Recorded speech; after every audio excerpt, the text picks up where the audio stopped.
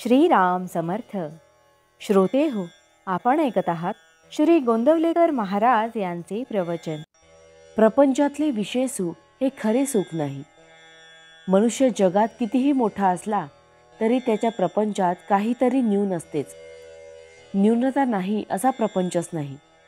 एखादा प्रपंच माझा प्रपंच पूर्ण आहे म्हणून सांगणारा भेटेल, परंतु चालले आहे असेच चालावे यात कमी तर नाही ना कधी पडणार, अशी त्याला काळजी असतेच. म्हणजे त्याला खरे सुख असे नसतेच. एखादा अत्यंत विषयी त्याला कदाचित काळजी नसेल. दारूच्या धुंदीत असणाऱ्याला राजाचीही पर्वा नसते, वस्त्राचीही शुद्धी नसते आणि तो आपल्या धुंदीत आनंदात असतो. पण हे सर्व त्याची धुंदी उतरली नाही तोपर्यंतच. विषयातले सुख परावलंबी विषयांवर अवलंबून असते. विषय हे नश्वर आपल्यापासून कधीतरी जाणार, निदान आपल्याला तरी त्याच्यापासून एक दिवस जावे लागणार. दुसरी गोष्ट म्हणजे विषयाचे सुख इंद्रियाधीन असते. इंद्रिये विकल झाली म्हणजे सुख कसे मिळणार?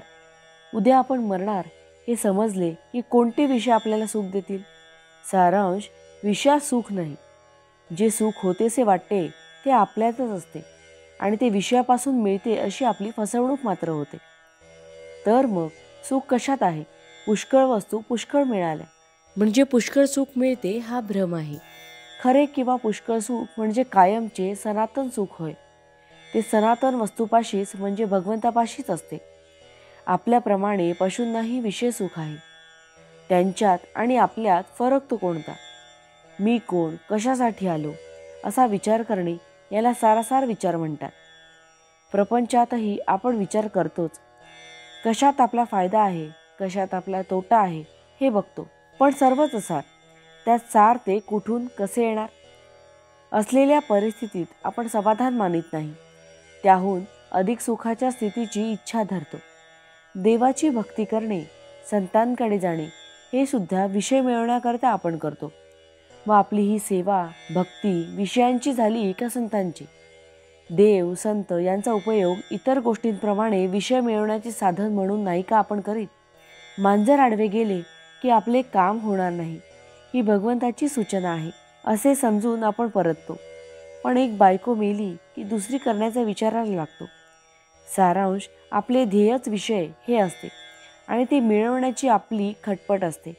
खरोखर जो मनुष्य प्रपंचातला आपला अनुभव जमेस धरीत नाही तो कशानेही शहाणा होत नाही. भावार्थ, प्रपंचात सुखी होणे म्हणजे भगवंताचे होणे होय. जानकी जीवन स्मरण जय जय राम. महारुद्र हनुमान की जय. समर्थ रामदास स्वामी महाराज की जय. सब संतन की जय. श्री अनंत कोटि ब्रह्मांड नायक राजाधिराज सच्चिदानंद सद्गुरु श्री ब्रह्म चैतन्य महाराज की जय. जय जय रघुवीर समर्थ.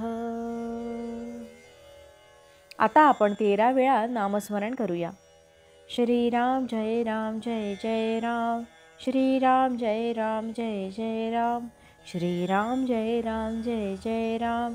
श्रीराम जय राम जय जय राम. श्रीराम जय राम जय जय राम. श्रीराम जय राम जय जय राम. श्रीराम जय राम जय जय राम.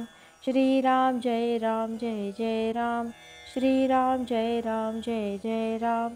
श्रीराम जय राम जय जय राम. श्रीराम जय राम जय जय राम. श्रीराम जय राम जय जय राम. श्रीराम जय राम जय जय राम. जय श्रीराम.